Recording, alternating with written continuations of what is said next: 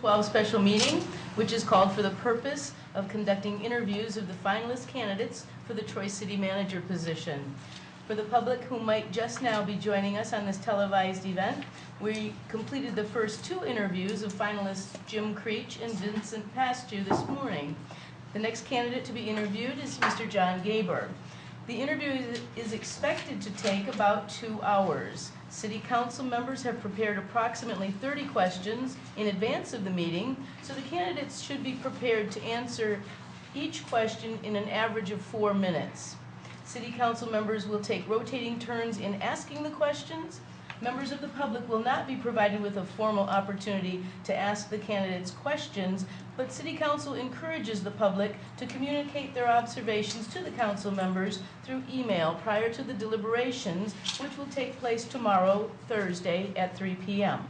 There is also a public comment portion of the meeting, which is scheduled as the last item of business under the City Council Rules of Procedure.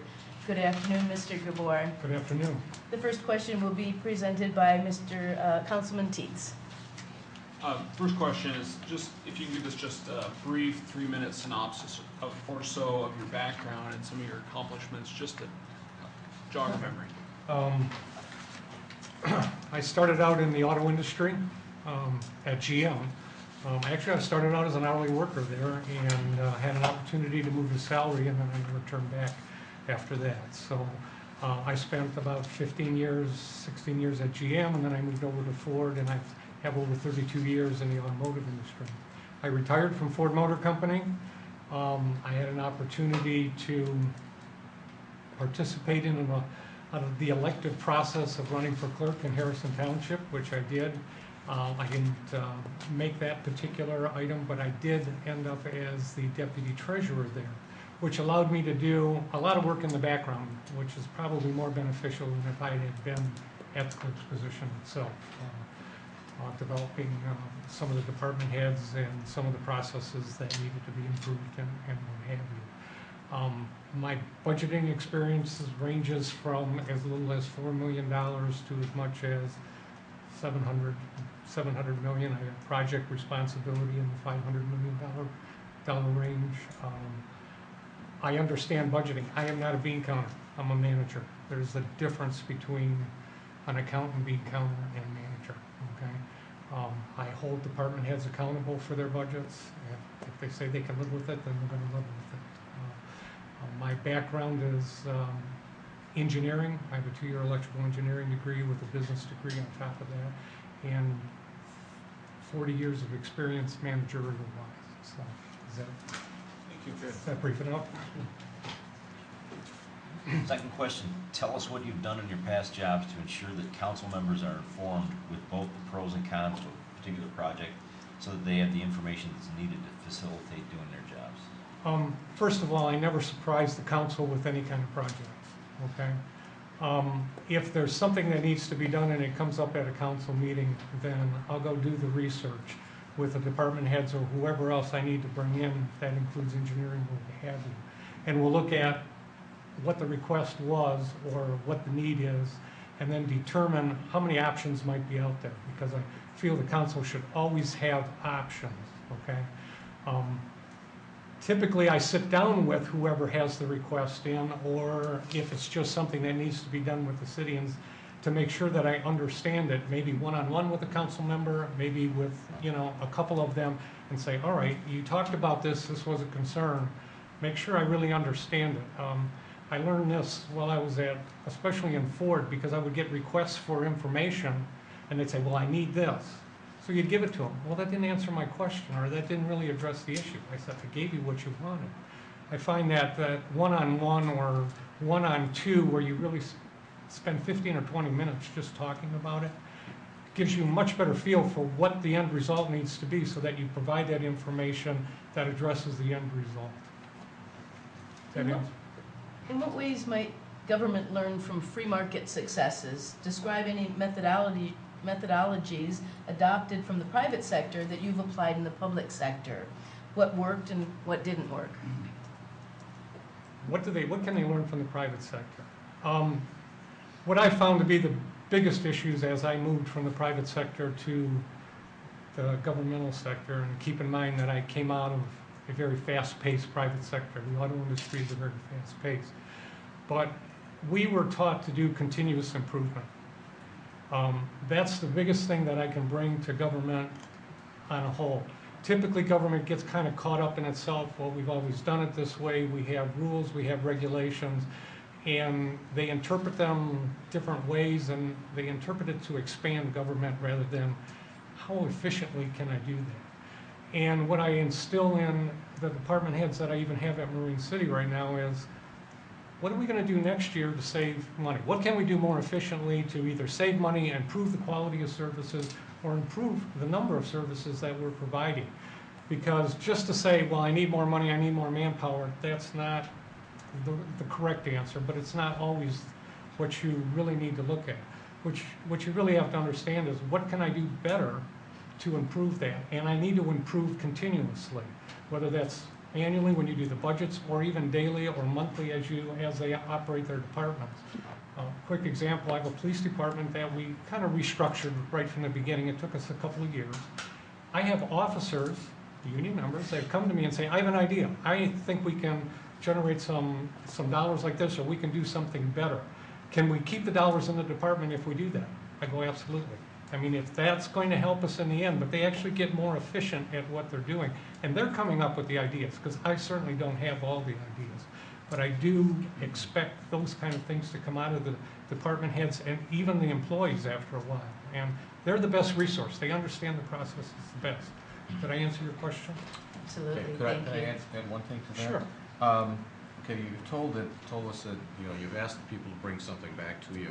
Is there a process or a step process that you have maybe applied to these folks to help them along the way, instead of saying, well, when we think you know the answers, feed it back to us? Yeah, actually there is. I've sat down with just about everybody at Marine City. I mean, it's relatively small, but even when I was at Ford, especially at Ford, more so than at GM, just because of the level of positions I had. And it wouldn't be uncommon for me to show up on a midnight shift and sit one-on-one with an individual and say, okay, you have an idea. Here's what we need to know about the idea. I used to have a little card I would hand up. If you can follow this and give me some ideas on this, I'll help you get it off the ground, okay? As we talked about the Marine City Police Department, they know that financially we have to do certain things. We know that we have to provide a certain level of service to the residents as well as the county, because we have interface with county prosecutors and what have you. So we had a little checklist that we developed, and we said, all right, if it falls in this checklist, this is an opportunity we can look at.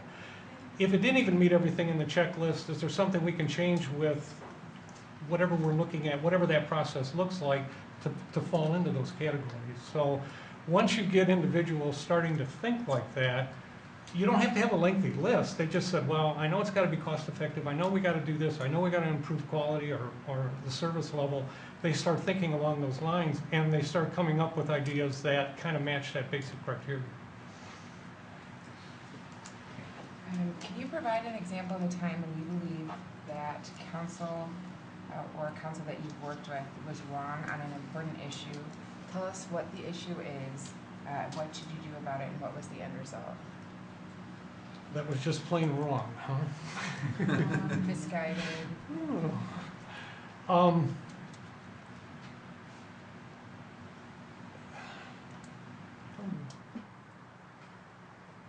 There was some controversy out in Marine City about whether the old City Hall, which is a very historic building, should have been redone, and how we were going to go about redoing that particular building.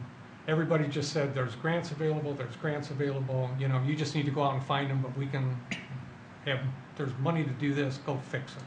I said, they're not available. I mean, there are some very small grants, but I said most of them require extreme participation on the other side, and I said, you're in competition with many items around the United States, you may not be able to do it. And I guess my office, and myself in particular, probably got a little negative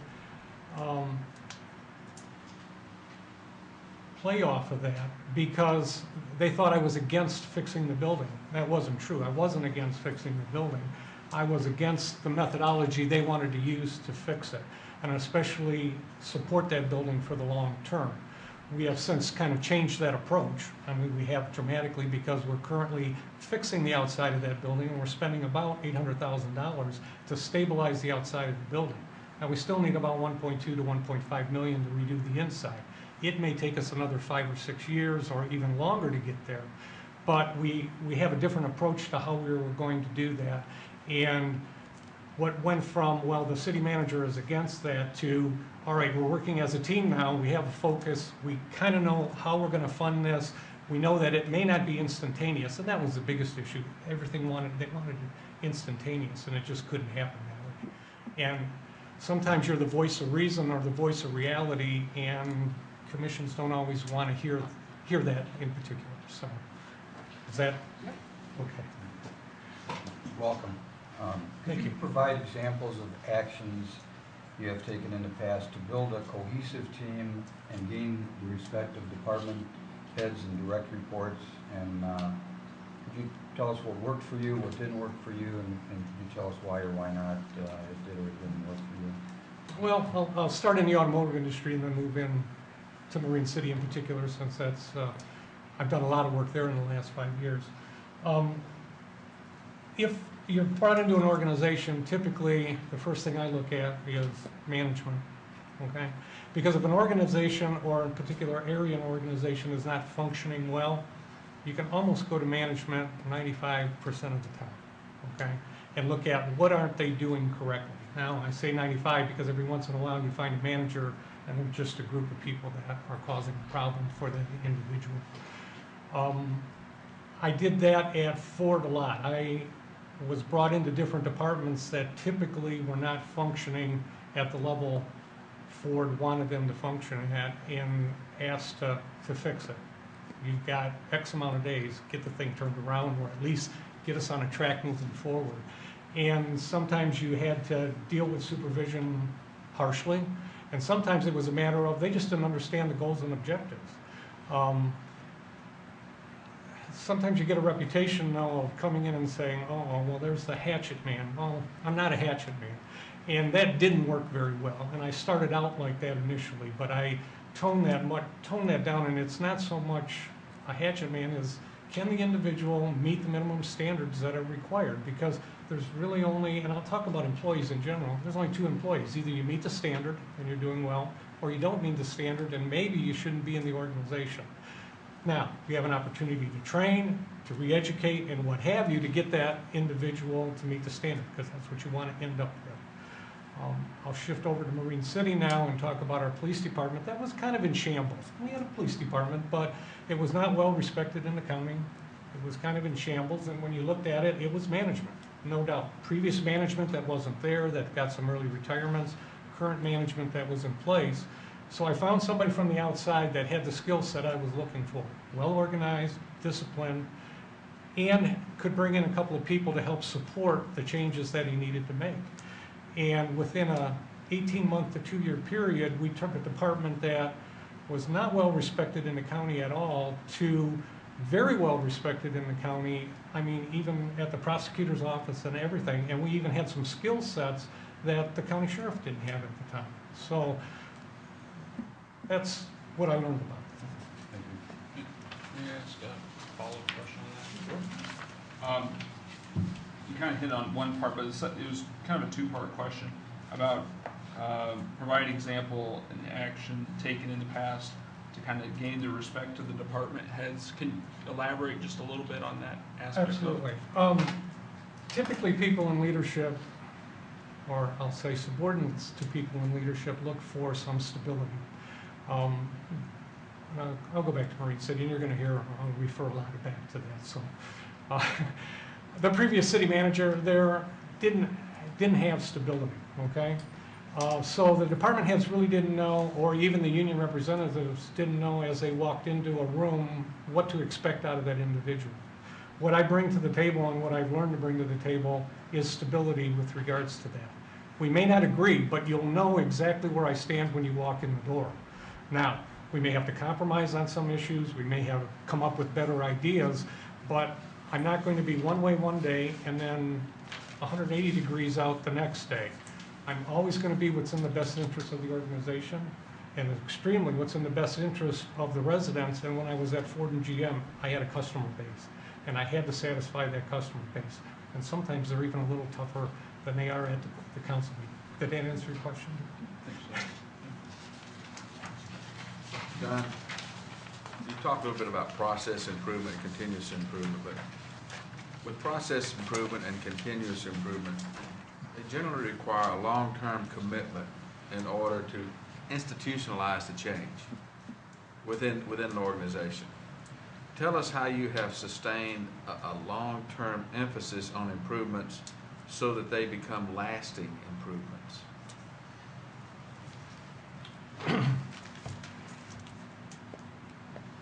Repeat the last part of the question. Okay, talking about process and continuous improvement, you try to institutionalize these things within an organization to get a commitment to do that. So tell us how you have sustained a long-term emphasis on improvements so that they become lasting improvements and not something, oh, we made a continuous improvement or a process improvement, but then we dropped it, forgot about it. How do you institutionalize it and so that it becomes a lasting improvement, stays on? Whether it's myself or a department head or an employee, comes up with an idea, okay? First of all, you get a buy-in that it is something that has value, okay? When you look at certain types of processes and how you institutionalize those types of processes, if they add value and they add perceived value to the employee as well as the residents or the company or whatever it is, they'll be lasting, okay? And if you get all of the parties to buy into that, they're lasting, because typically what happens is, we've always done it this way, it ends up being more like a job security type function. Well, if I keep doing this and this, I never have to worry about my job going away. When you say, look, if we do this and this, we can eliminate that, but I can have you work on something that's much more meaningful, because typically those type of items are not a value add or a perceived value to anybody other than the particular group or department or what have you. And I'll give a brief example at Harrison Township. When I got there as deputy treasurer, they said, well, you filed this particular invoice in this pile, and you know, they give me a big pile of them, and they were tax receipts is what they were, because I was deputy treasurer. So I said, well, I don't really do filing. You know, no offense, but filing is not part of the job. So I asked the question, why do we do that filing? Well, if somebody comes after the end of the year, we'll go back through there. If they need a copy for their taxes, we'll pull that out and we can make a copy of it and hand it back. And I said, well, isn't that in your BSNA operating system? Well, yeah, but it doesn't have the stamp on it. I said, but you know the date it was paid, so just run them a copy, highlight the date that it was paid and give it to them and get rid of that, okay? Oh, all right, well, I mean, it was a simple thing, but what it did is it freed up some extra time, okay? I didn't want to do the filing, and I didn't want them to go look for this stuff. Another example that came out of Harrison Township was a lockbox.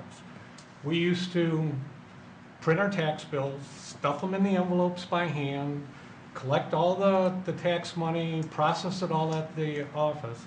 And I wrote a book, and it's been around to several cities already. I know Shelby's one, and I think Fraser's another one that looked at it. But I did a study on it, okay? And I said, I can knock 70% off the time it takes to process a tax bill using a lockbox.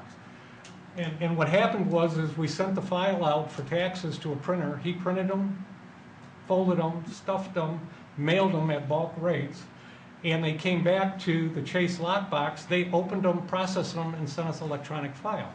Now, I just took about, well, in our particular case, it was one man out of the system that I could free up to do something else.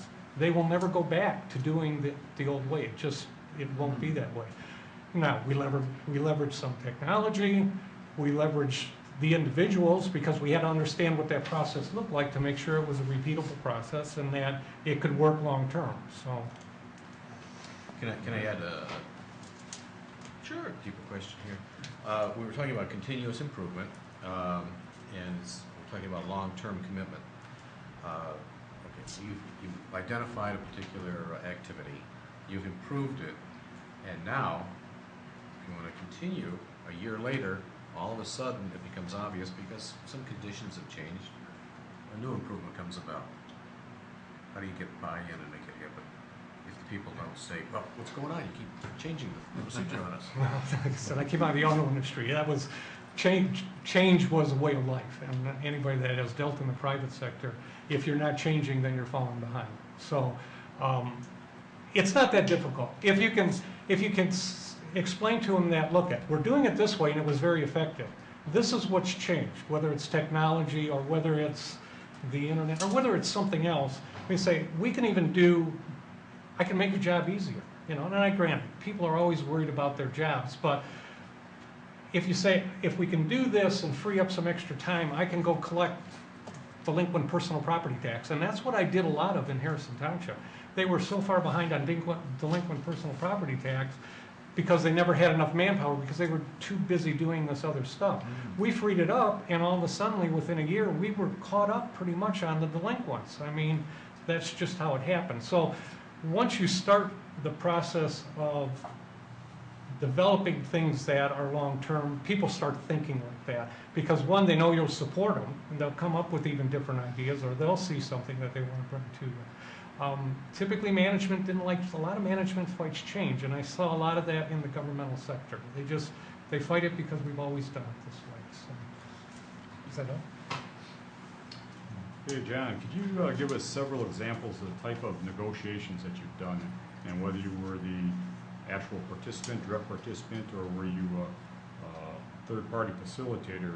What were some of the issues? What steps and processes did you follow? Did you reach an agreement? And which party won and why? All of the above. All the Oh, wow. 5 words.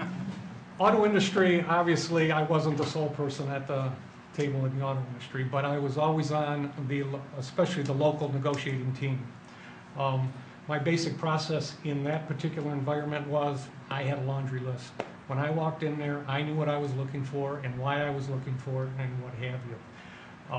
And when I say a laundry list, these are the things that are interfering with the way I can run a department or run an assembly plant or what have you. You know these items, they're contractual. So you go after those right up front, okay? Now, granted, we had attorneys that were sitting at those tables and what have you. Now I'll flip over to Harrison Township, okay? I still brought the same process. When I went into negotiation, I was on the HR committee there, which was a 3-member committee, which was myself as deputy treasurer, one of the board members who had some UAW experience, okay, and I believe the supervisor was the 3rd member of that board. But when I went to the table, and I was the lead one, first of all, I brought each department head in, and I sat there and I went through their contract page by page. What are the inhibitors to get you to be more efficient, to reduce cost, or provide greater service? Give me the list. I need the list. So we would go through and do that, okay? Now, depending on where those people were scattered between what departments, that's how we operated that. Typically, and I know this is on TV, but typically the union doesn't have that great of a list. I mean, they have a couple of issues that they go after, but it's not typically that great of a list. So you always start at a little bit of advantage, okay, with regards to that. With that committee, we were able to, I don't even think we used an attorney at Harrison Township, no. We were able to negotiate at least 3 contracts while I was there, and probably get about 60 to 70% of what we needed on the list, okay? Now keep in mind, that was kind of before the crash, so the dollars were important, but, you know, the board wasn't willing to go after the bigger dollars that typically we have to look at now. When I got to Marine City, I had 3 union contracts. Now, granted, they weren't huge groups. All of them unsettled. The police were unsettled for 18 months. The other ones were 12 or 14. And I think I put in my one of the questions I answered. The previous 3 years to me, arriving at Marine City, they spent over $220,000 in labor attorney fees. Now, keep in mind, this is 25, 30 people in the total group, okay? But they spent about that much money. So I don't, and you know what, I didn't read the information, I really didn't care what went on. But I was there about 6 weeks, and I finally got a hold of the unions, and I said, come in. I started bringing them in one at a time. I said, we're gonna start talking about this, okay? But I always had my list, because I had already spent time with the department heads, and I had, here are the issues that they had, here's what I see as issues with the falling revenue. And we just sat down at the table. I didn't bring an attorney in with me at the time. I had the department head for a particular union sitting with me. We were in agreement on what we were looking for, and we took that type of position. Now, were there some negotiations? Absolutely. Out of 20 items, there may be 5 throwaways, I don't care. But there's 5 or 6 in that I really want, and those are the ones I went after, okay? And if they were looking for something that was revenue related, then help me find the dollars. If you really need it that bad, then you're gonna help me find the dollars. Well, sometimes they really didn't need that bad. Now, did I talk to an attorney afterwards? Usually every night I would spend about 15 minutes on the phone and say, this is where we're at. He said, have a nice day, you know. But I settled all 3 contracts within about a 6-week period, and they had gone unsettled for anywhere from 1.5 years to almost 2. So, did that? John, I got one question with that. If your negotiations were driven primarily by lack of revenue, instead of, we would say revenue, but it sounds like lack of revenue. I've worked in a situation where the revenue was not an issue at all. Actually, it was far more than, it was greatly exceeded what was necessary. However, there's true justice. You know, what is the market? Can you describe any kind of a situation that's related to that isn't specifically driven by a short? Well, in the auto industry, I mean, in their heyday, they couldn't make enough money. I mean, it just was coming in. So those were tough sells. But as department or area managers or even plant managers, what we looked at is how can we make the place run more efficient? And the real drive, especially the last 10 years that I was there, was how do we get quality improvements, and what in those contracts are inhibiting those quality type improvements? Is that the ability to move people around? Is that the inability to do a particular job with a certain type of skill or what have you, or can we combine some of that? Even though there was plenty of money around, we were looking for opportunities to make our life a little bit easier at that particular level. Now, even though there's plenty of money around, they always wanted to go to the bottom line in the private sector. So that was always out there in the private sector. In the governmental sector, it's not probably as critical, because, I won't say it's critical, but it didn't come to the forefront as much because you don't have stockholders. That has changed quite a bit, though, with the devaluation of property tax and the falling revenues.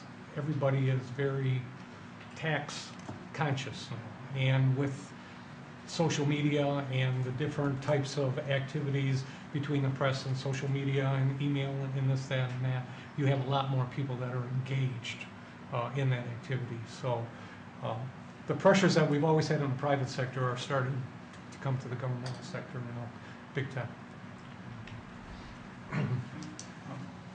Managers often have vexing problems that defy the traditional solving methods. And can you tell us a time when you were employed, or when you employed your creative talents to solve an administrative problem? If you can be specific about a creative talent using Administrative issue.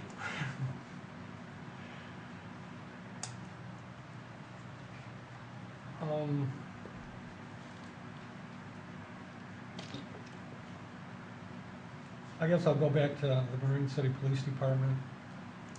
When I first got there, I obviously called meetings with all the department heads, and then I wanted to meet with all of the employees relatively shortly after.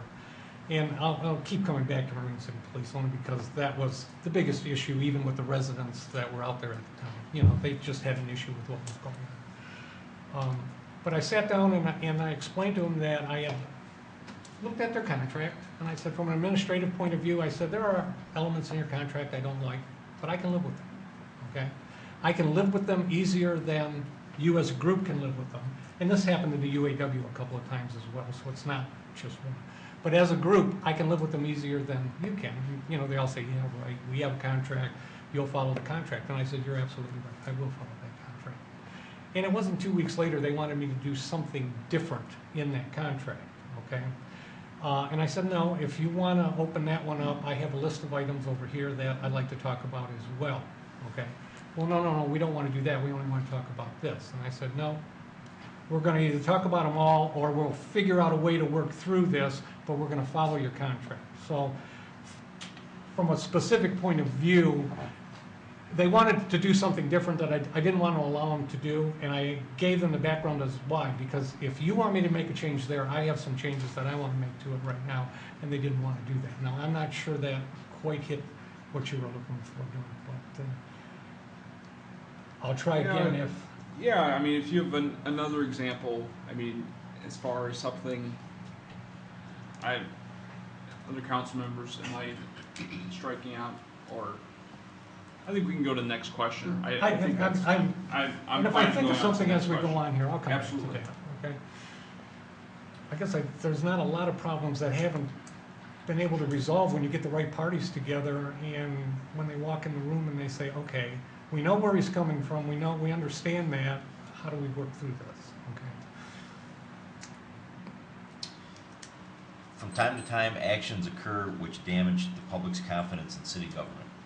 Give us an example of how this may have happened in your experience, and tell us how you handled it. As from a city manager's point of view, I mean, obviously. Boy, I'm trying to think what happened in Marine City that I could apply to this.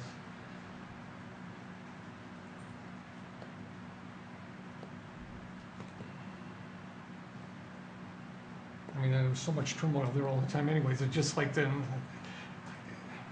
I guess what, a good example of this would have been, everybody thinks that you're hiding money when you're on the city council. I mean, they just, you're hiding it, you're doing this, you're doing that. When I got to Marine City though, everything was by a FOIA. I mean, you couldn't find any information. They had nothing online. Very little online, let's put it that way. They didn't provide that information to different groups out there when they asked. And I said, the first thing is, I've learned transparency, which is different than the private sector, because the private sector has a lot of private, okay? Government sector is transparent. So I said, everything we can put up there, we're going to put up there. So we took the lead on that. And what we did discover was that when people started to look at some of that information and then get back to us, that it toned down, well, you're hiding this or you're hiding that. And I said, no, it isn't. It's in this report. And I would tell them, what page to go look at. Go read it over here. This is what it is. If you don't understand it, come in and see me or call the finance director. And I'm using financial data as a procedure. But they just didn't have confidence that the particular board and the city manager were doing their job with the money, because they know there was a pile of it hid somewhere. I don't know what they thought we were going to do with it, but there was a pile of it hid, and there really wasn't, okay? Now, I'm sure the same situation exists here, and it does everywhere else. There was a lot of turmoil also in Marine City over whether they fixed that building or didn't fix the city hall, that really undermined a lot of the city council there in either direction. I mean, to the point that they had a couple of recalls, one before I got there, one while I was there, and what have you. I think what happened now is they saw that it has some value. And when I say they, the general residents, even though it's still split, there's more in favor of fixing that building than not. So, and that was just based on education and a methodology that says, hey, look, we may have to bite off little pieces at a time. We can't do the whole thing. We're not going to put the city in financial stress over this building. We'll fix it eventually, but we're just not going to do something dumb. Does that help you? Please provide an example of a complex financial project for which you were responsible. What made it complex? What was your specific role in the process? And what was the most difficult part for you? I guess and I say the most complex. In the auto industry, I had very complex problems anyways, but I'll deal with government specifically right now. I had been in Marine City about 2 years, and we run a water and sewer processing plant, 2 different plants.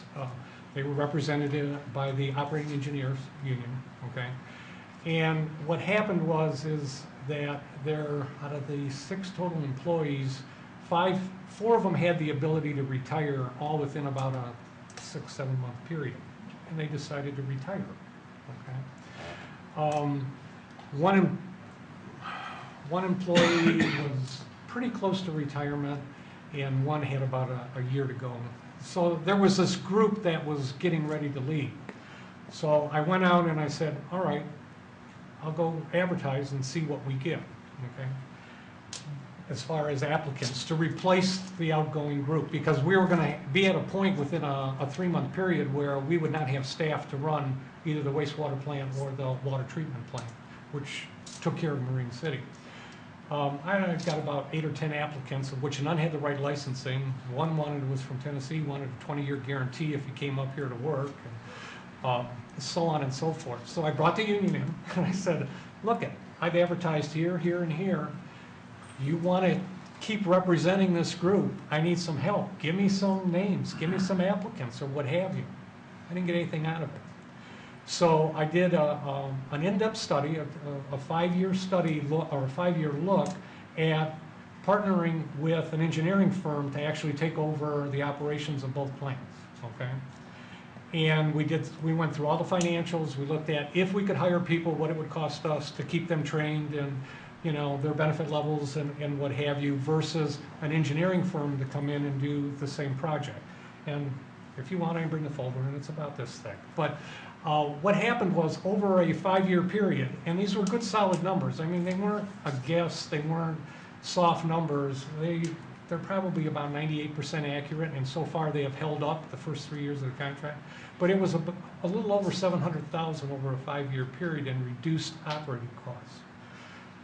I'm 3 years into the contract, and I have not had any kind of increase in the operational costs, because on the anniversary of the contract, we can relook at what they are and if there's something unusual coming up. Typically, it would be operational time, you know, what we've planned in the contract and what we have to run to keep the water plant running or the sewage plant running. I have not had an increase in operational costs. I've had some other increases with regards to materials and that, which are typically inflationary, but not that. But that was a very complex project, especially for the board, because I gave them a lot of information to look at, because I mean, I had to sell this to them. I mean, you know, they've always had their own people doing this and what have you.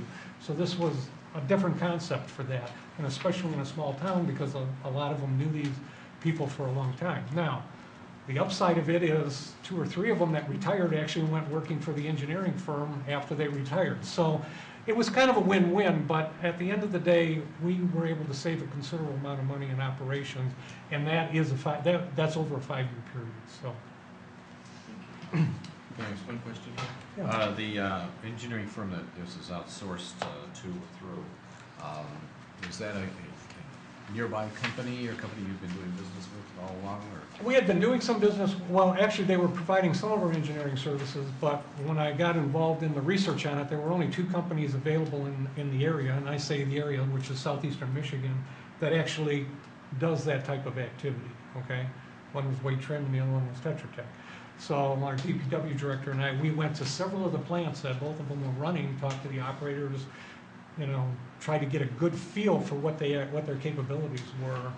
And when we wrote the contract, we were very specific about what our expectations were with regards to that. We have not had a problem. The plants have run flawlessly, and actually we've gotten improved maintenance out of it because they've set up computerized maintenance systems now where we didn't have that before.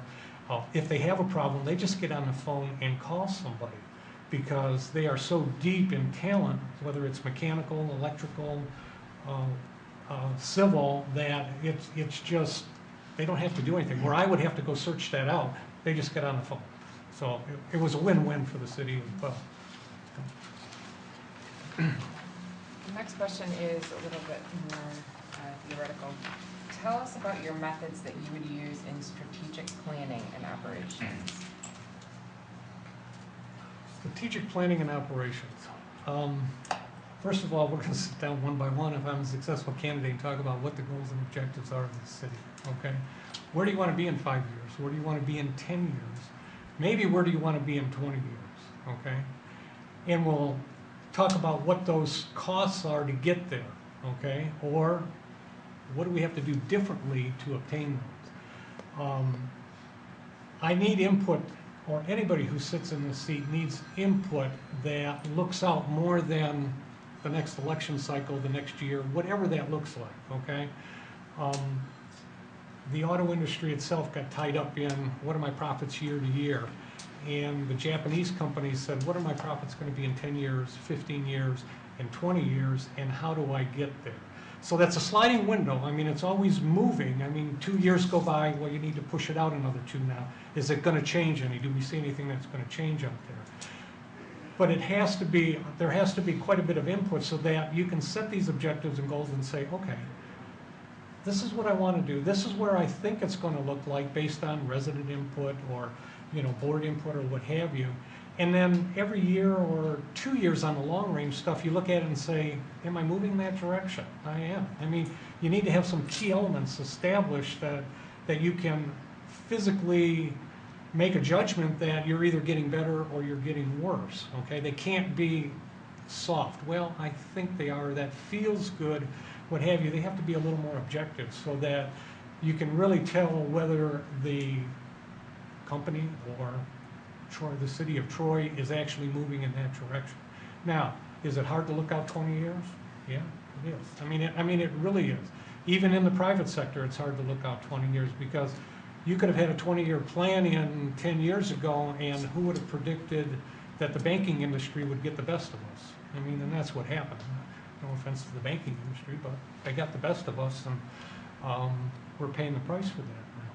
But you can do some of that to make sure you have to make sure that you're meeting your goals and objectives. But they have to be measurable to some extent. You're always going to have some soft ones in there, but you have to have the ones that you can measure and say, I'm doing good to this. You know, I've got 100 processes or 100 things I want to do, and I'm working on 50 of them right now. And granted, those numbers are big, but does that answer your question? Yes. Now, John, you've laid this out in a theoretical form. Is there any place that you've applied this to, say, you can make it as simple as hydrant replacement or tree replacement or park design or park development? Any tangible examples? where I'll it's been give you the applied? big one, sidewalks. How about that? Does anybody want to talk about sidewalks?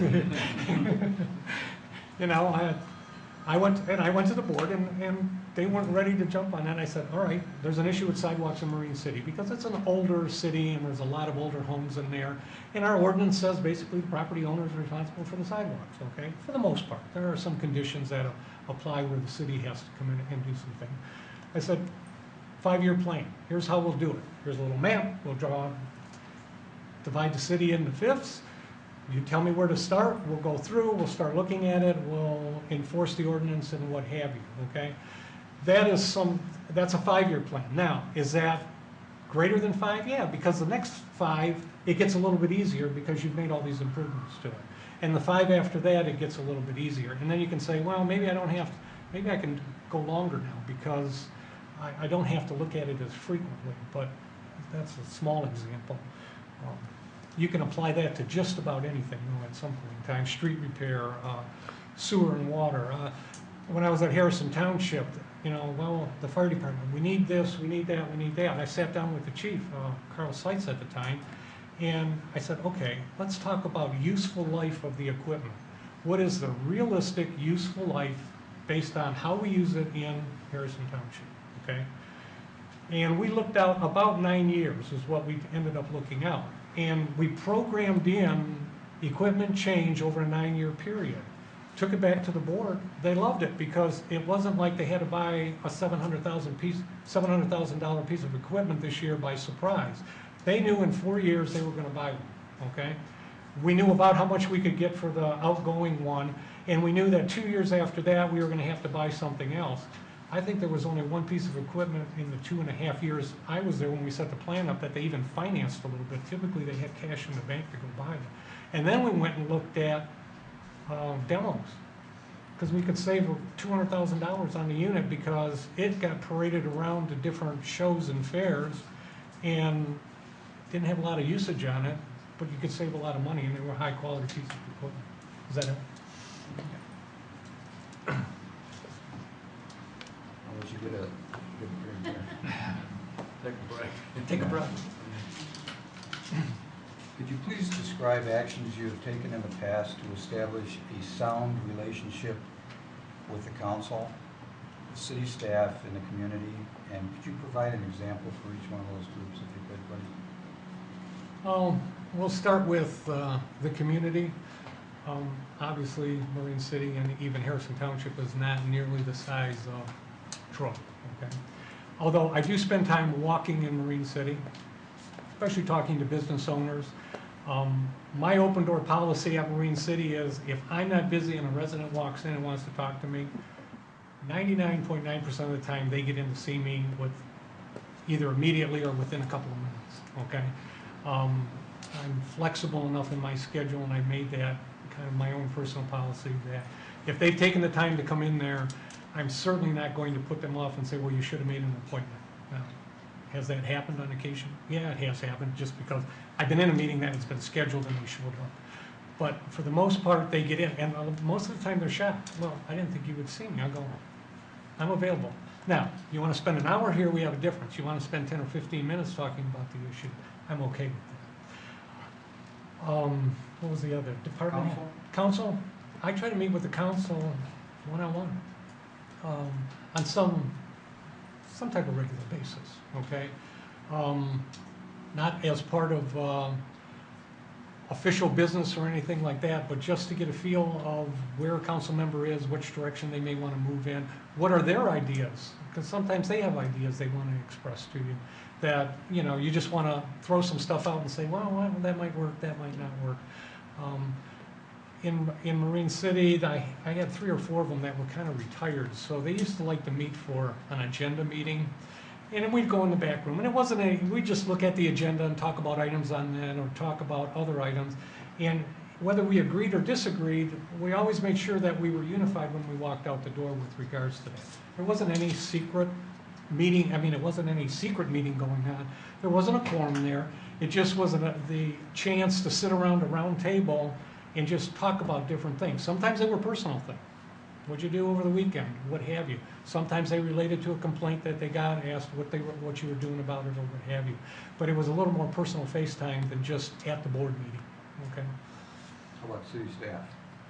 City staff, I just meet regularly with city staff, and Marine City is so small, I mean, every morning I have my rounds. I don't go to the office immediately unless I have something scheduled, but I go meet with each department head.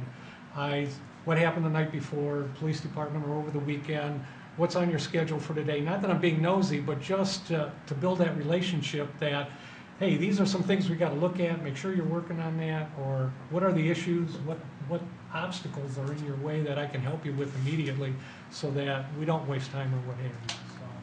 So, staff meetings work well, although I don't like to take a lot of people's time up, but they are valuable when you can sit around a table like this with the staff and just let everybody flow back and forth with regards to what's going on.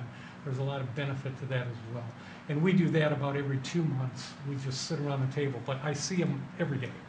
And, you know, sometimes we talk about their grandkids, sometimes we just talk about what issues are out there or what are our next steps. How can we do something different or better? So. John, what do you believe are the key measures of financial health of the city? How do you monitor these key measures, and how do you communicate them to the city council?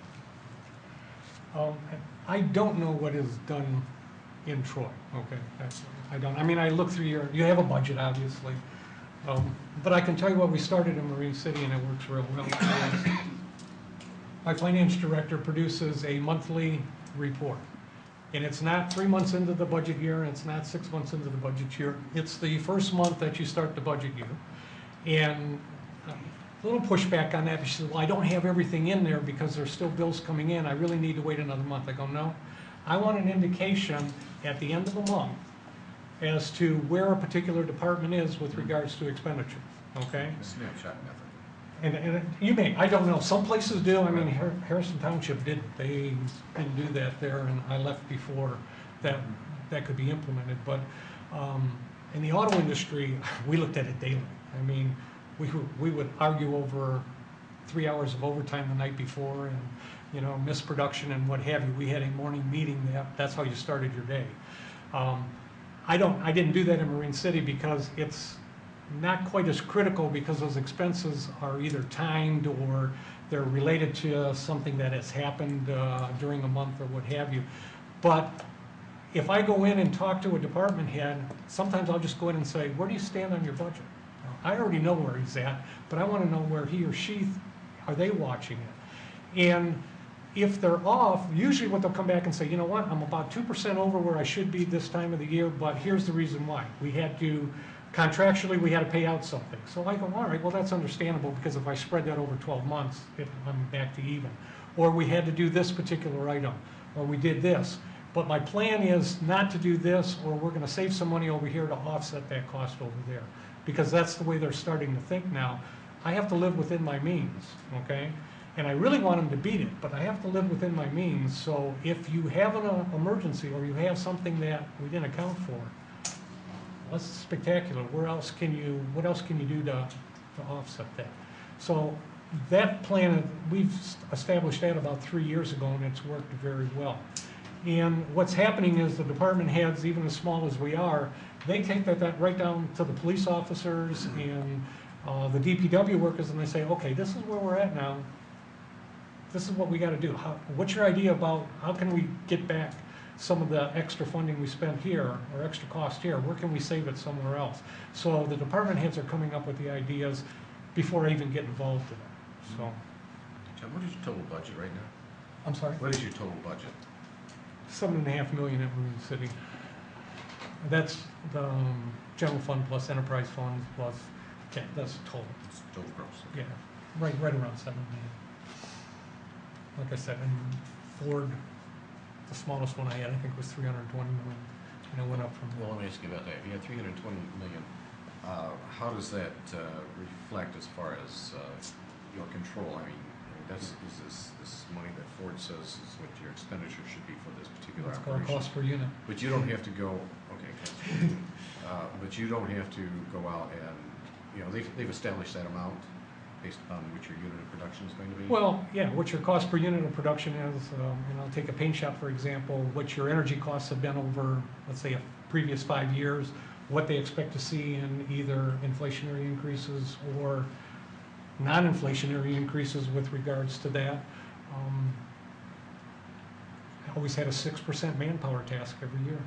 So it's all reflected based upon the amount of units that you have and the cost. And the amount of units that you The produce. cost that that's associated with each individual as it goes down the line for your segment, that additional costs are added or, okay, Right. all right, thank you.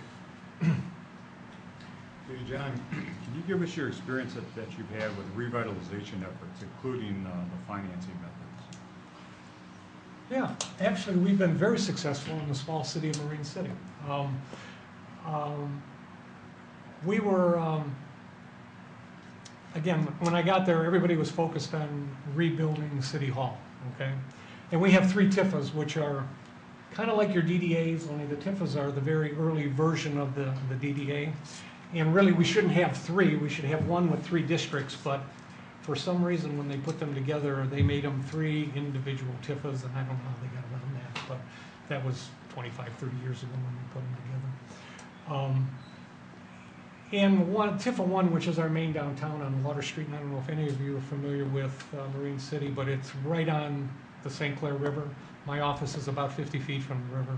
I get to look at all the freighters and the boaters and everybody as they go by, and I can see Canada on the other side, so it's a nice view. But our main drag is Water Street, and that particular TIFA was kind of tapped out because they put a big seawall in about 15 years ago, so they've been paying that off. So we're getting close. I think we have 3 more years to go, and then that one's done. However, there was some funding through MISTA, there was some funding through HUD that we went to look at.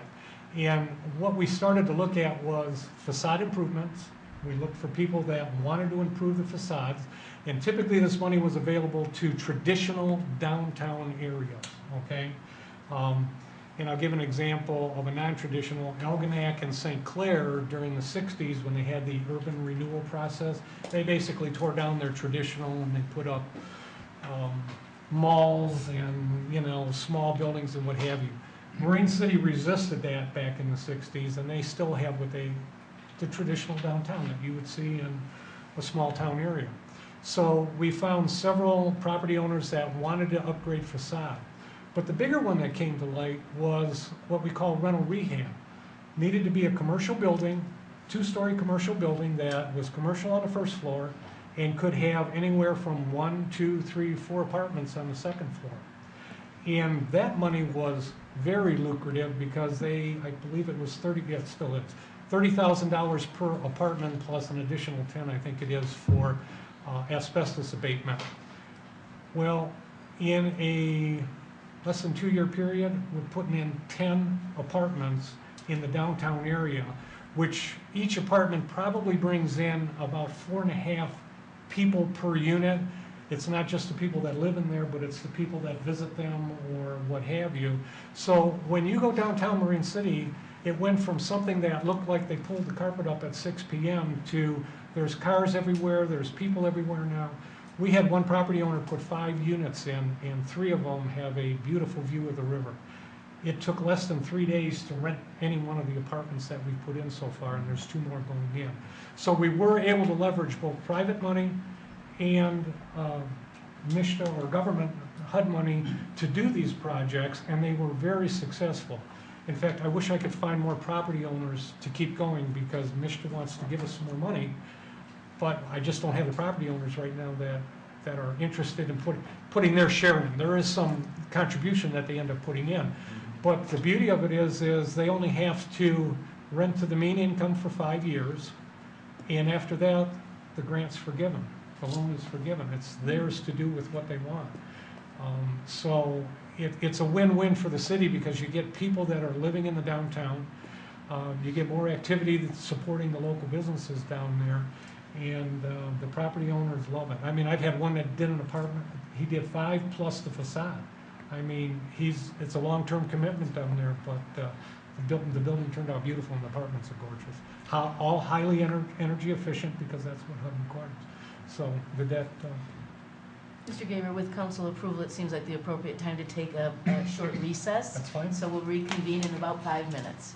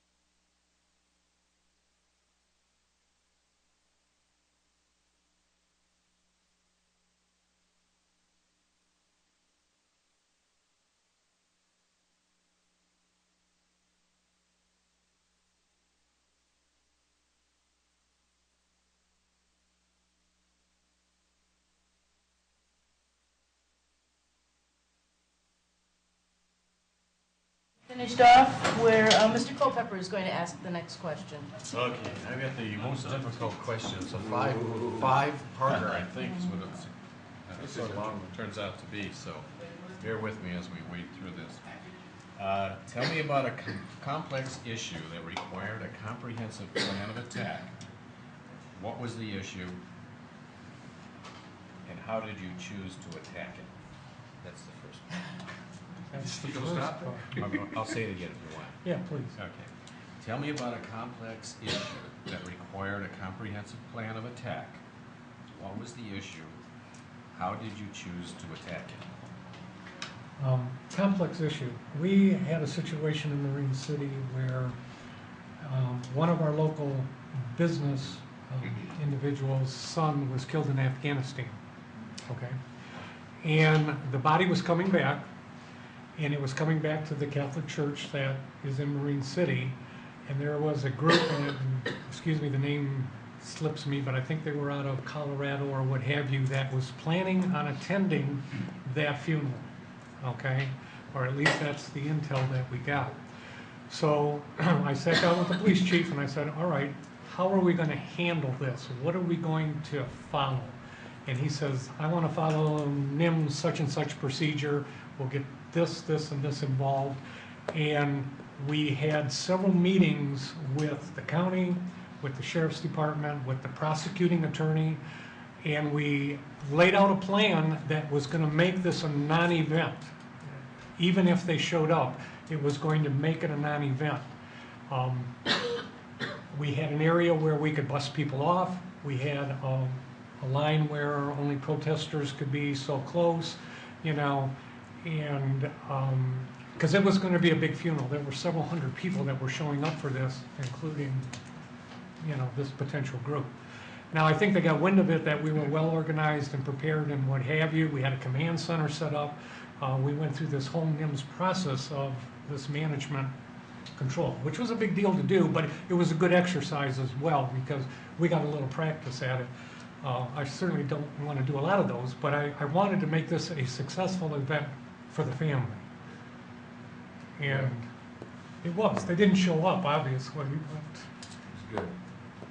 Okay, well, you did a very good job. You answered most of the questions. There's like one left out of them.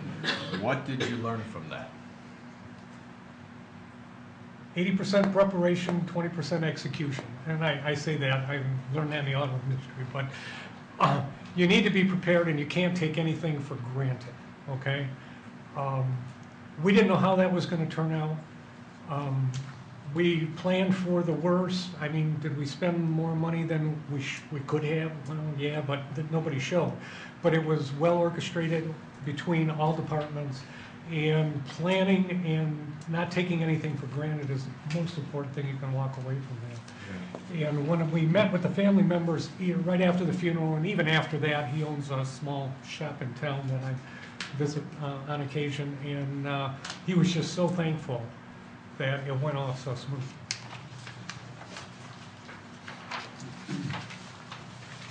Councilman Dietz?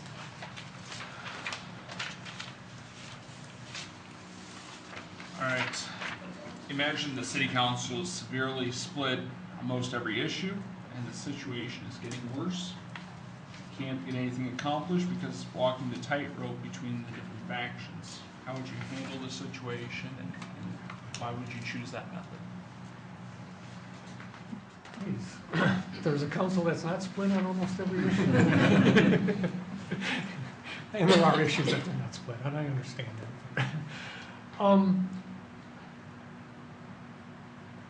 I guess what happens is that my approach has always been, is it in the best interest of the city of Troy, the city of Marine City, Harrison Township, or whatever company it is? I mean, whatever this issue is that you're split on, or that they're split on, and I've had some in Marine City, again, City Hall was a big issue to be split on, but is it in the best interest, okay? And the approach is, if it is, then I need to sit down with certain individuals and say, look, forget about whatever is driving the split, because let's face it, there's always something in the background that's driving the split, and it may not be in the best interest of the city or the company or whatever it is. It may be something personal. It may be something that happened 20 years ago, and I find that a lot in Marine City. They want to talk about what happened 20 years ago, and I can't undo any of that. I have to move forward. But I'll work with the individuals even before we get to a meeting and say, okay, here's all the information. This is why we should do this, because it's the right thing to do within our organization or our city, okay? Now, that may or may not change their mind. And it doesn't always work. Sometimes there's the underlying issue that says I can't get through that, and I guess we deal with it at the board meeting. But I certainly don't try to ever go to a board meeting that if there are questions or there are items that are bothering any particular board member that we haven't sat down and talked about. I try not to do that, and I've made myself open to all the board members that if there's something you don't understand or you need additional information, I didn't provide enough, and that doesn't happen a lot, but it does happen occasionally, or they came from a different perspective, but I try to diffuse that up front. Now, I don't know if that answered it totally, Doug, but I mean, I'm not quite sure. I mean, Yeah, I think that. you can have the tax reform and the non-tax reform, and I mean, we have that all over the place. I don't know how to get around that. That's ideologically the way people are sometimes, and you can't do that, okay? But I try to bring people back to, what's our common goal? Our common goal is to do what's right for the city of Troy or this particular company. And if you always come back to that, then sometimes it's easier to compromise or to make a decision.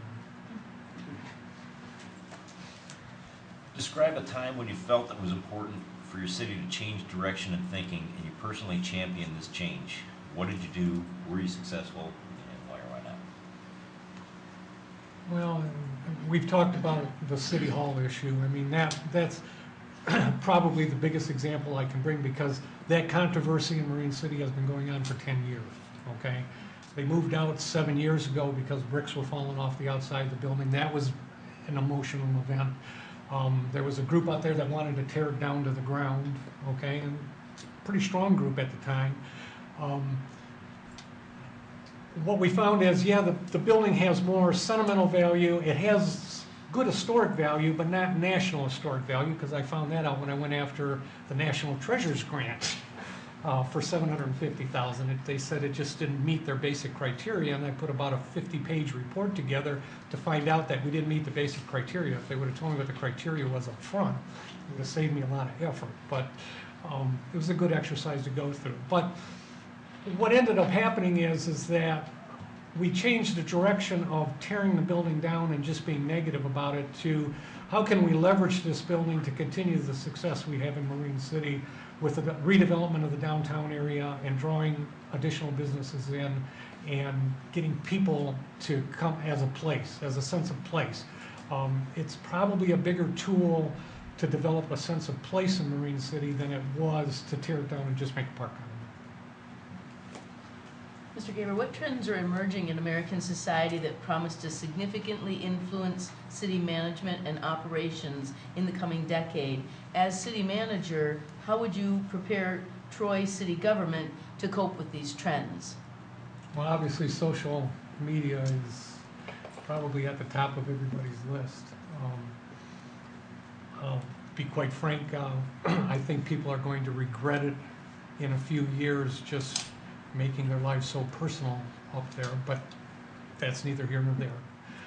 I think we're going to have to deal with it as a city and try to leverage that the best we can.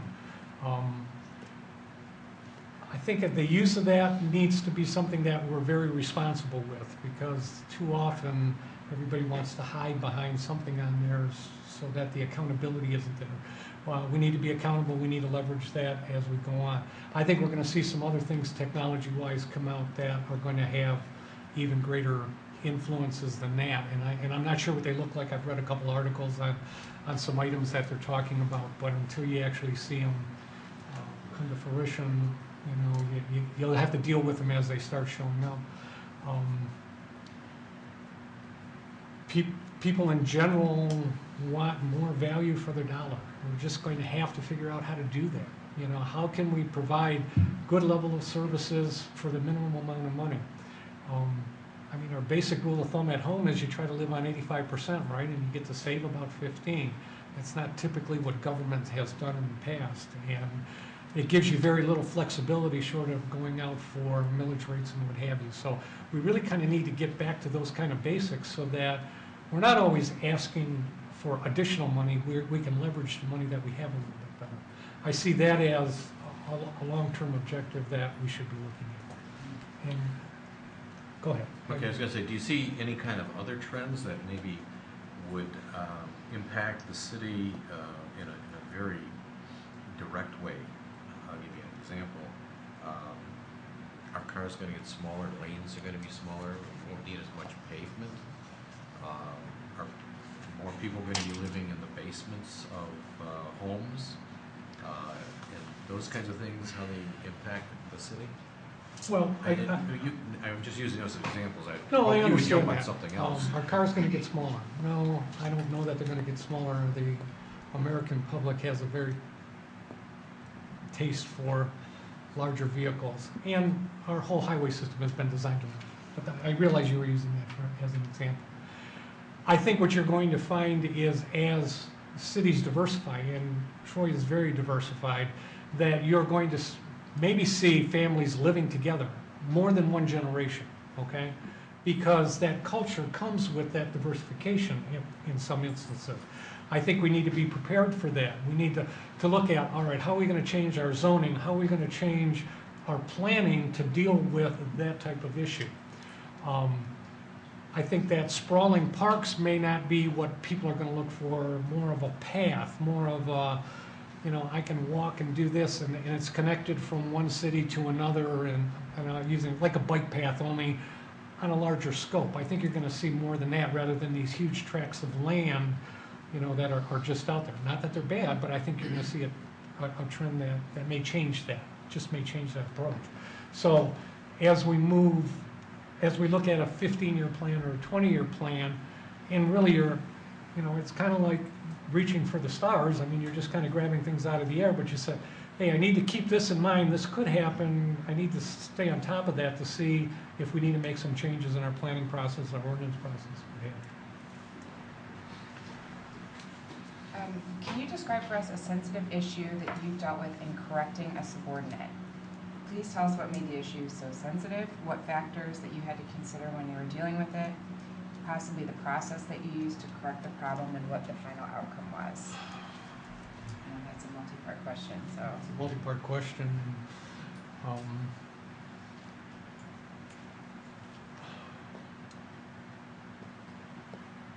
I'm trying to stay in the governmental sector rather than go back to the auto industry, but I mean, I'll go back to the auto industry. I had a foreman that came in.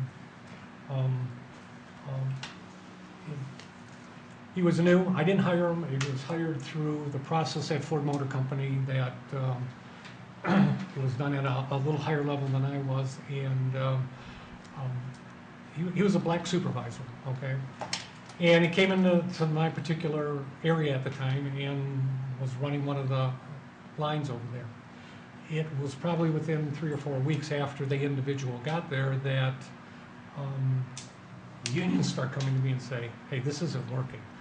This gentleman doesn't have the skill set that we need for the employees to respect what they're doing to get the job done and what have you. And I said, all right, well, I'll start working with them. So I assigned one of my superintendents to work with the individual. And we used to switch shifts about every 6 months. So I said, you're going to move with the individual because we're going to coach, we're going to train, we're going to do whatever it takes to make an individual successful. Because like I said very early in this process, you're either meet the standard or maybe you should be looking for something else. Well, we spent about 18 months working with this individual, training, coaching, disciplinary action when needed, and what have you over an 18-month period, and we just could not change the outcome, just couldn't do it. And I don't know why, it just wasn't going to work. So we ended up terminating the individual, okay? Several years later, and I'm not talking months later, and now it was 3 or 4 years later, it ended up in a lawsuit of which prevailed because we did the right thing. We tried to make the individual meet the standard, because that was our goal. We wanted the individual to be successful. It just didn't happen, okay? Okay, what is your view of the role of city manager in the organization, and how do you view the relationship between the city manager and city council? Well, you're my boss. I mean, the council is my boss. Now, that leaves a lot of area to cover there, but I expect the council to provide the vision to the city manager with regards to the 5-year plan, the 10-year plan, what you believe are in the best interest of the residents in the city, okay? The day-to-day operations, and if you look, I'm sure it's in your city charter as well as anything else, the city manager is responsible for those day-to-day operations. Now, does that mean as a city manager, you keep the council in the dark? No. Do you talk about every little issue that went on? No, absolutely not. Do you talk about the ones that could potentially come back, through some other networking device or what have you, and you need to be prepared about? Yes. But I see two different roles. One, you're at the 30,000 foot role. I'm more at the 15,000 with the department heads below that, okay? I need to be involved in as much of it as I can be without being a nuisance to those department heads, because I do expect, if I have to do their job, then I don't need them as a department head. And I don't find that typically out there. Normally, there's good people out there that want to do a good job. Sometimes they just need to change the way they think about certain things or approach certain things. But I see that relationship as you more of the 30,000 foot view. And if there's specific items that need to be addressed, then they need to come through me. I don't expect the city council going around the organization to get something done. I will not hide information from you. I'm telling you that right up front. Want it, you're going to get it.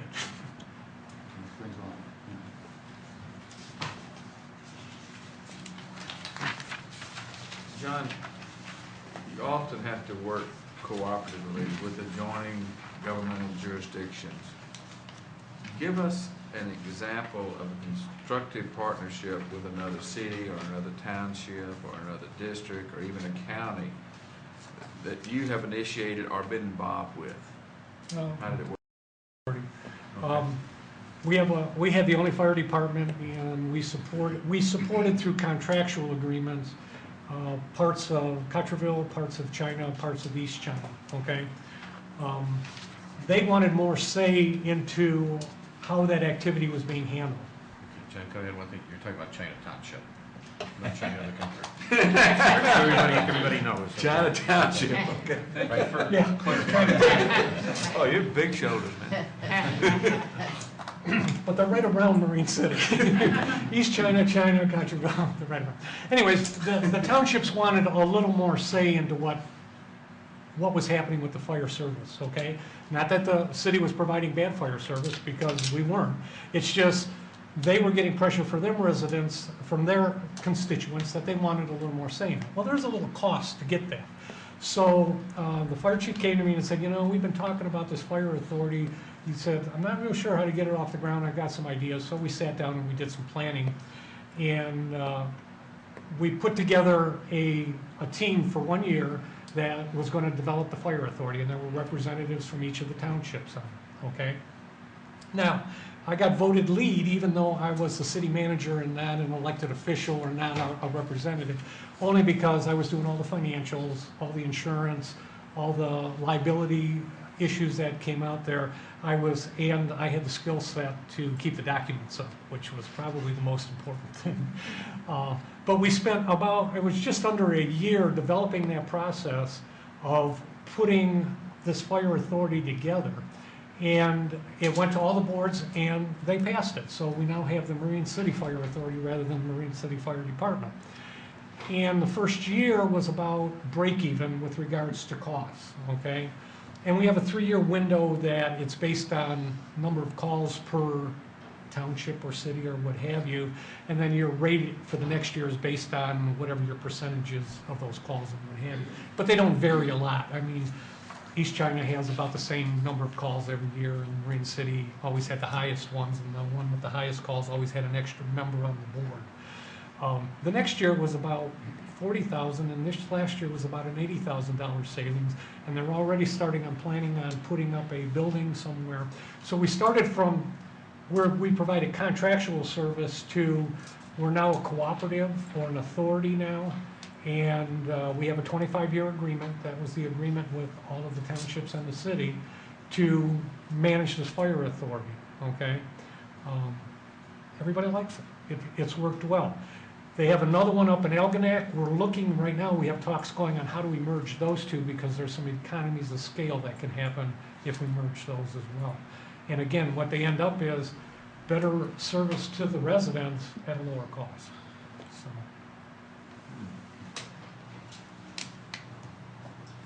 John, could you provide an example of what you have done in your current role to manage city budgets with these unknown economic times? And also, what specifically have you done to ensure realistic forecasts and projections? realistic forecasts. They're Yeah, not there you hard. go. They are, See they more. really are. About 1 year after we had the crash, I started looking at, actually I saw a report out of Oakland County and I kind of liked it, so I changed it somewhat, okay? But I was looking at, because initially when you started, you had this discrepancy between your SEV and your taxable value, okay? And as the devaluation happened, you really weren't seeing a big impact on your taxable value because maybe 90% of your properties were way above the taxable value anyways, because Proposal A keeps capping that, you know, as it goes up. But the realistic was, the reality of what was out there was much greater. So you didn't see a huge change on that. But what I did is in Marine City, I looked at that right up front and I projected that out for the next 5 years. Where am I going to be in 5 years with regards to taxable and SEV? And when I looked at the data, it was about the third year, I got to about 95% of the properties were going to match the taxable. So I knew in 3 years that I was going to start losing revenue. It wasn't the wooden nickels catching up with each other. It was going to be a real decline. Not that we weren't seeing some decline because revenue sharing was dropping and some other things were happening at the same time. So my strategy with developing budgets were I never went in with more than I thought I was going to get. I never went to fund balance for anything other than specific items that we may have saved for that were in the fund balance, but I didn't go to it for operational effect. I just didn't do it. I always came in at or under. If the board wanted to add a little bit to it because they wanted a special little project, as long as it wasn't an ongoing cost for operations, I didn't go there, okay? And I position Marine City right now that that's where they're at. We know what we're going to look at next year and the year after, and we're making those adjustments. It looks like St. Clair County is going to probably flatten out through the next tax year, but you're always about 1 year behind in the tax cycle anyway, so it's really going to be 2 more years of somewhat of a decline, and then it should level off after that. But I wanted the city to be positioned that if this is the revenue we're taking in, for me to run basic operations, I'm even. I'm not going to some other fund. And I think you went to the fund last year, didn't you? To your fund balance? So, and a lot of cities are doing that because it's hard to make those decisions. But I worked the board through that. I just said, this is where we ought to be. If you want to do something special and it's a one-time event, we might be able to handle that. You know, we did some extra paving projects. I mean, we're even on our general fund with regards to operations. We're putting a new bridge in at the south end. That's a $6.5 million project. I've got money to do South Bell River with my match of 20%, okay? Now, some of that comes from Act 51. I haven't had to go to my general fund yet for any of the projects. Looks like we're going to pave Water Street again. That's another project we're going to do. We've been able to support the rehab of Old City Hall using some TIFA dollars and some other stuff, but none of that has affected operations. And I just learned that's the auto industry. Here's your billable hours. This is what you're allowed. Figure out how to get by on it. Okay. And even in our personal life, I mean, I always learn I'm going to live on 85%. I want some cushion that I can float in and out if I have to do that. So. What did you specifically reduce in order to achieve that, to live within that? Well, part of it was privatizing, well, I'll say a partnership with the private water and sewer contract, okay? We've got some contract concessions with regards to healthcare. The use of part-time employees with full-time employees. We negotiated some terms in there. I mean, our police department uses a mix of full-time and part-time employees, okay? We bought a very inexpensive computer system that looks out 90 days and they get to schedule it. We have a very, what I want to say, I won't say special, but a highly picky hiring process. And we try to do a mix of new candidates right out of school and top-notch retired police officers that want to work. And when I say police officers, we're getting lieutenants, sergeants, detectives, and what have you, that want to keep up their certifications, so they want to work 2 or 3 days a month. And they love coming to Marine City. So those kind of things helped us budget in a small town, helped us keep the budget down. I mean, we had about a $1.5 million police budget. We knocked down to $950,000 by doing some of that stuff. Nobody got hurt. We got some people out the door that were ready to retire. Actually, the department runs very good. Fire department, we went to the authority. We saved ourselves $80,000 this year just in that. Now, granted, when you have a $121 million budget, that doesn't sound a lot, but $80,000 in Marine City is a big number, okay?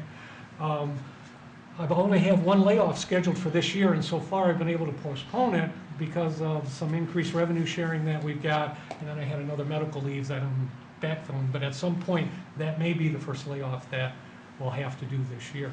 But it is programmed in, the board understands why it will happen at some point in time. Okay, John, I've got another one of these. This is going to be at least a two-parter. When reflecting back now, tell me about a situation when you believe you may have acted too quickly and would have benefited from more fact gathering. I'm going to ask you about something that's not positive in your life.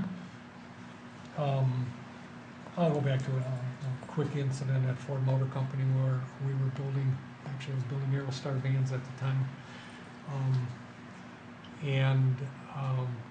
There was an issue on the night shift that came up, and it was lost production, and we were maxed out on production, so I couldn't make it up. I mean, we were running 2 10-hour shifts every other Saturday. We couldn't make anything up, and we lost a significant number of vehicles. And I went after the superintendent with a vengeance.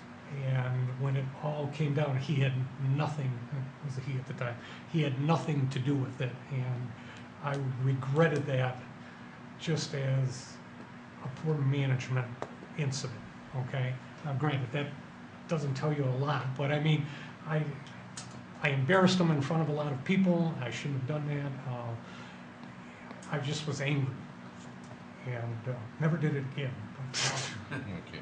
The second part of the question may fit into that, but we'll do the best we can.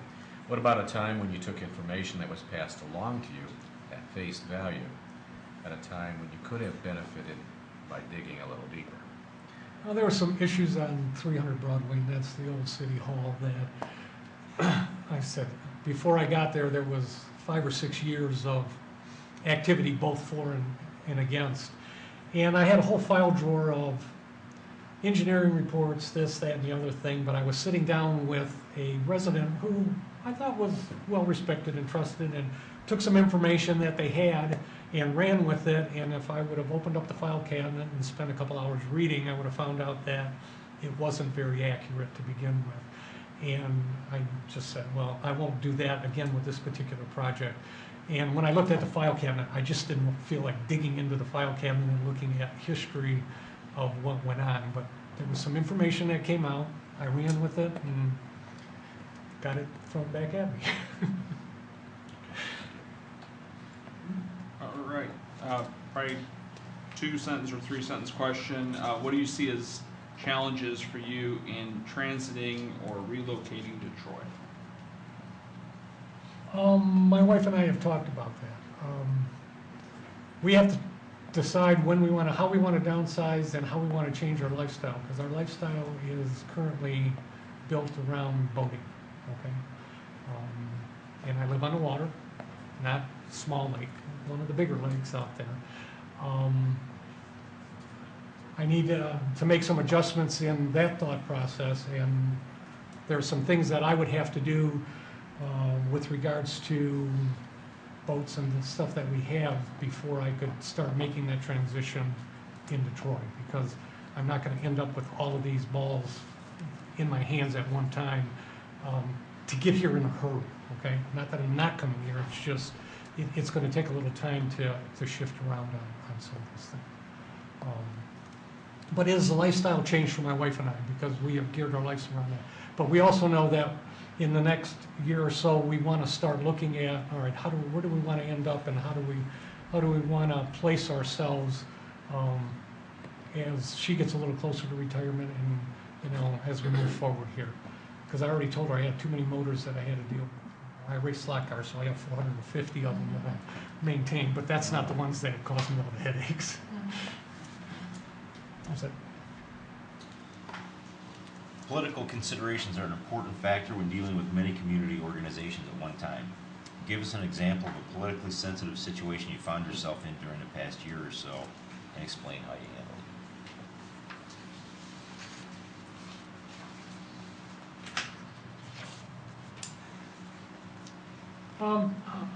I'll go back to the fire authority, even though that was a very smooth process. The political things that kind of came out of that were this, well, nobody wants to give up local control, okay? There's this perception that if you have a water plant, or if you have a fire authority, if you have this local control notion is out there. Now, they don't want to pay for local control necessarily, but that came up as an issue with regards to trying to influence the commission. It had nothing to do with, would this be better for the residents or what have you. It's just, I need to have control of this somehow. We managed to work through that with some of the residents that were causing the biggest issue, and I think they realized that after a while that this was the right thing to do in the long run, that not only was it a cost save, but it was also much better off for the communities in general, both surrounding as well as Marine City, because there was no loss. Actually, there's a little gain in improvement in service, but there was no loss in service.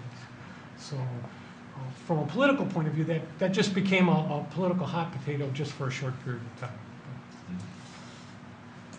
Mr. Gaylor, describe how you typically communicate with your organization, with city council, with direct reports, with citizens, and with the business community. How would you envision this communication model translating into the culture of Troy? Well, it's a little easier to be one-on-one with Marine City because it's so much smaller.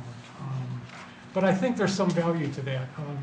And it can be one-on-one through different organizations, through community development organizations, through your Chamber of Commerce or what have you.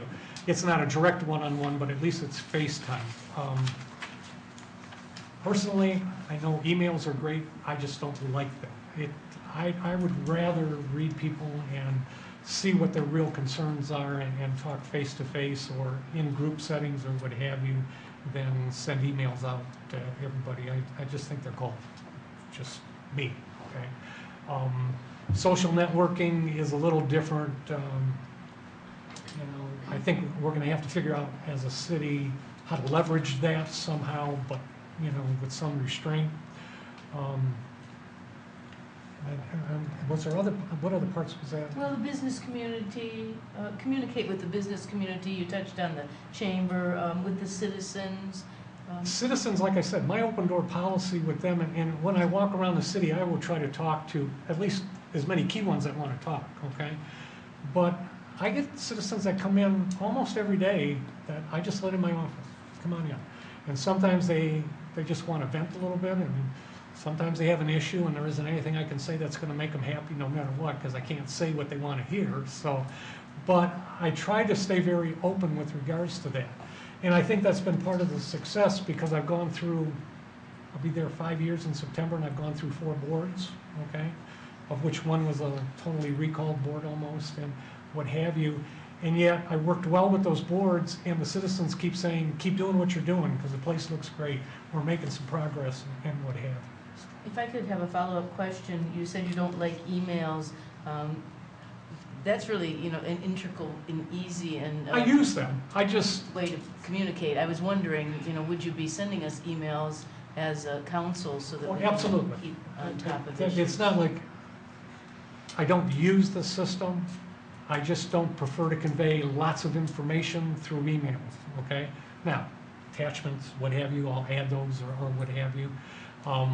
I have one commissioner that likes to use them. I mean, you're probably more technically savvy than any of the ones I have on my current board. Most of them struggle to get in and out of the emails, okay? But that's just the way it is in a smaller town. Obviously, we can develop a rapport with regards to that. I just find it better at the end of the day to communicate the simple stuff. Yeah, you're gonna get through an email, you'll get, an attachment or what have you. The more complex issues, I just see that as a face-to-face is just a better way to handle it. And a follow-up question that deals with technology. What are your thoughts about technology in the workplace in general? Specifically, we were wondering about GIS, e-government, websites, and I guess what your level of usage of some of these tools would be. It sounds like you answered that I question. love GIS. I mean, especially if it's up to date, and I think Oakland County is probably even more up to date than Macomb and St. Clair. But GIS is great for looking at property lines, where the alleys are, who vacated this, who didn't vacate this. I mean, I don't know if your sewers and water lines are on a layer within GIS or not. We're just starting in Marine City. I got a young lady that works part-time for DPW. I've taught her how to use the GPS unit, and she's going to go out and mark all the manholes and start drawing them up, and we're going to send them up to the county, and they're going to start updating the layers that we have. So with regards to GIS, I think it's a great tool out there. And you can tell people to go use the tool, and it saves a lot of time internally. I don't like to leverage technology just for the sake of having technology. If it actually adds value, improves the process and what have you, I'm all for it. If it doesn't add value and it's just the sake of it, and typically your fire and police departments like to be right on the cutting edge of technology, and I always say, okay, what is it going to do to improve what you're currently doing, or can we do something different? And if they can't answer those questions, I go, well, then why are we looking at it right now? Maybe a year from now, maybe 5 years from now is the right time. But too often people get caught up in, I have to have the latest smartphone, I have to have the latest this, and it doesn't add any benefit. Or you can't keep your team trained enough to keep up with it. I mean, that's the other issue that you run into. So it has to be a balance. And when you do leverage technology, you have to make sure that it's implemented and you get a buy-in from everybody to use it. Otherwise, it'll be one of those items that in a year it's sitting off to the side somewhere because, well, we didn't know what to do with it. The city manager wanted it. How does it help you process things? John, what is the one thing about Troy that most interests you?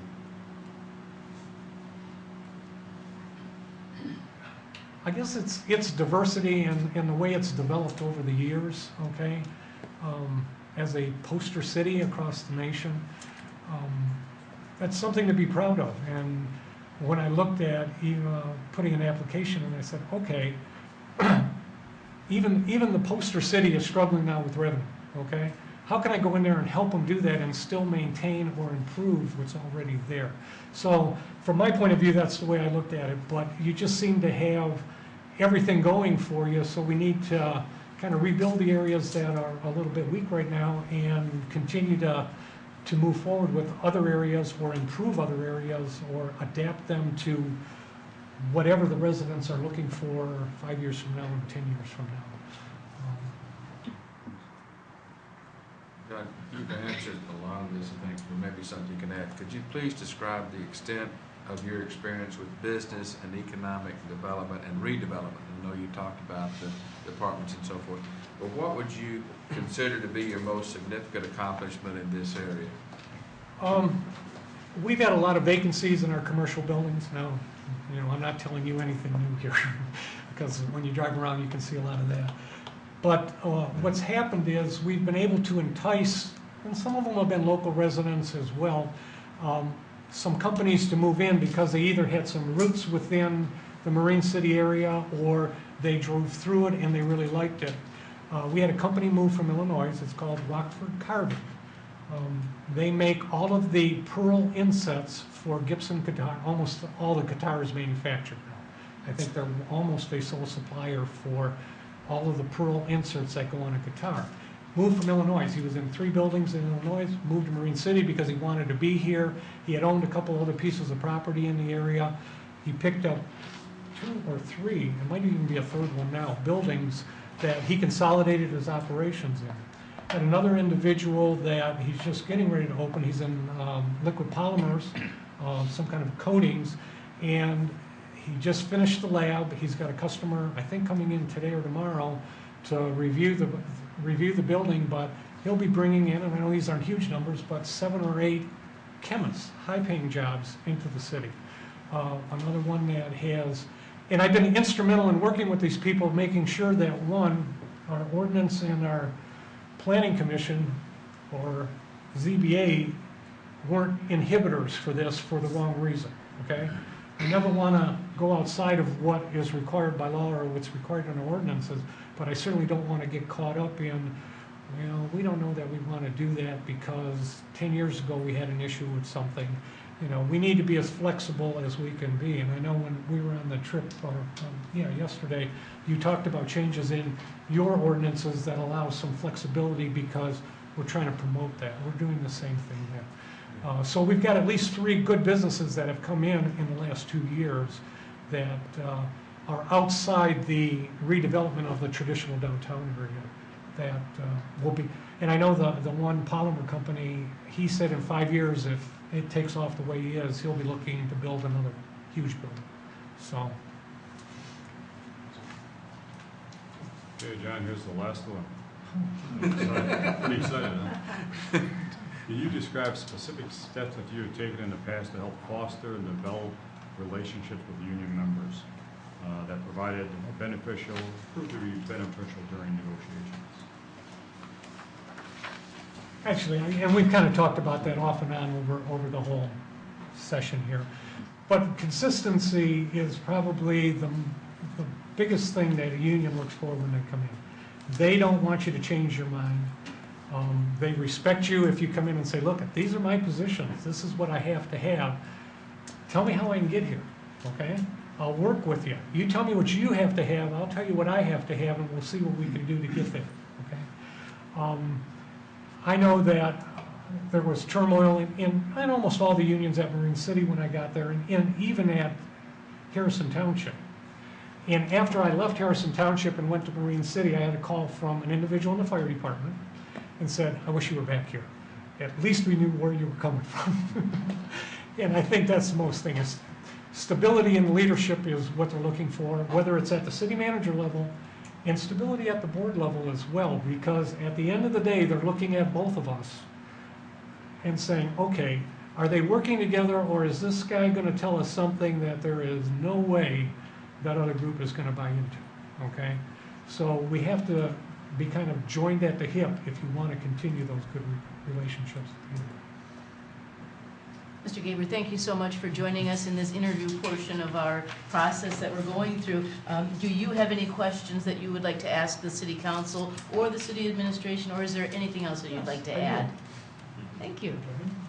And I don't particularly care which one starts, but could I get just a very brief synopsis from each of you as to what your career or your backgrounds are? And I realize some of them are on the web, but I like to hear them in your own words. And which one starts? My background is been in manufacturing. I've owned a couple of manufacturing companies. Turned a couple of companies around. I used to belong to Federal Mogul. Lived in Troy for about 18 years. Love the city. Ran for office and elected. And have enjoyed every minute since. Enjoyed every second. I own a marketing firm here in town, and like Jim, enjoy every second. What type of? Do a lot of nonprofits and so forth. Oh, okay. I'm a residential realtor here in Troy, and my background is franchise development, franchise sales. Oh, okay. I'm an associate broker realtor. I have my license in escrow right now. I also am a mortgage consultant. So I've worked 2 jobs for about 15 years now in the private sector. And my background is in marketing, negotiations, advertising, financing, and just generally dealing with people. Thank you.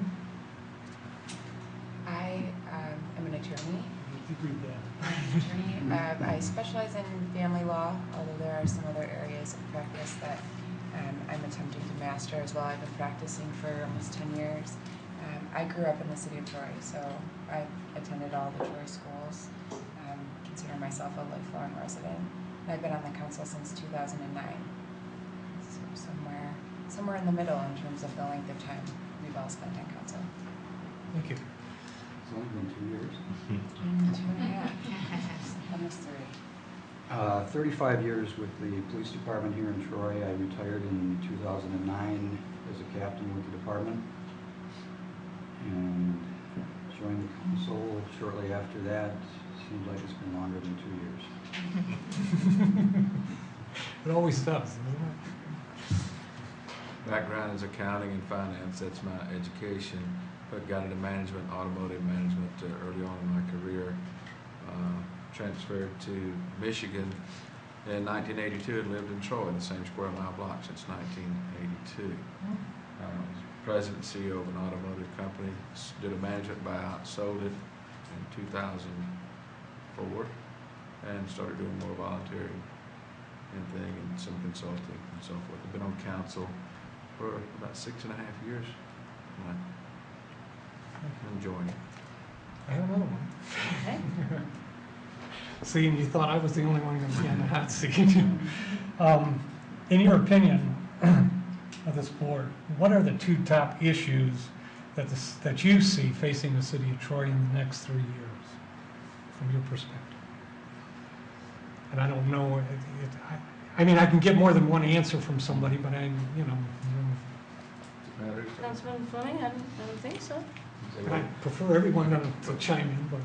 Well, outgoing, the city manager that just left, Mr. Zerlag, gave us a task when he left, basically saying that if we continue with the status quo, that we would be using up our fund balance in 5 years. And we all know around this table that's not going to happen. So we know we have some continuous improvements, not drastic things to do, but we have some continuous improvement things to do in order to make sure that this city continues to be viable financially, and I think that's not going to be a big problem. But the new city manager will have to address that with most of the costs being in labor, but there are other costs and so forth. We'll be looking at ways to be innovative and try to maintain the quality of life that we have here, but realizing that we still have some work to do from a financial perspective based on the projections. Okay. So that's my main. I think that it's important that we continue to promote private business. We are seeing an increase in the commercial industries.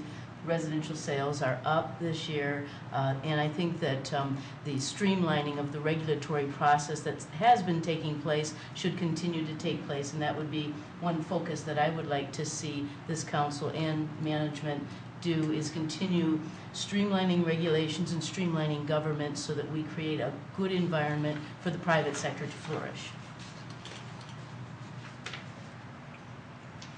Anybody else? If not, I can move on. I have one more. And it's an easy one. Okay. Well, I don't think we want to get into a debate on our political opinions at the table here today, so I think we all know on the table what our issues are that we're facing, and maybe we should move forward. Fine. Do you feel as a governing body you have the political will to make the changes we need? Absolutely. It's important. I'm trying to make decisions myself. Sure. And it's important that when you look at something that there'll be some hard decisions to make. There's just no way of getting around some of those, and you have to have the wherewithal or the gotta-wanna to make sure that you can accomplish that for the long term. So. Good. I think everybody on this council has the city at their heart. I'm done. That concludes our meeting. We will recess this meeting until tomorrow morning at 9 a.m. when we'll have our fourth interview.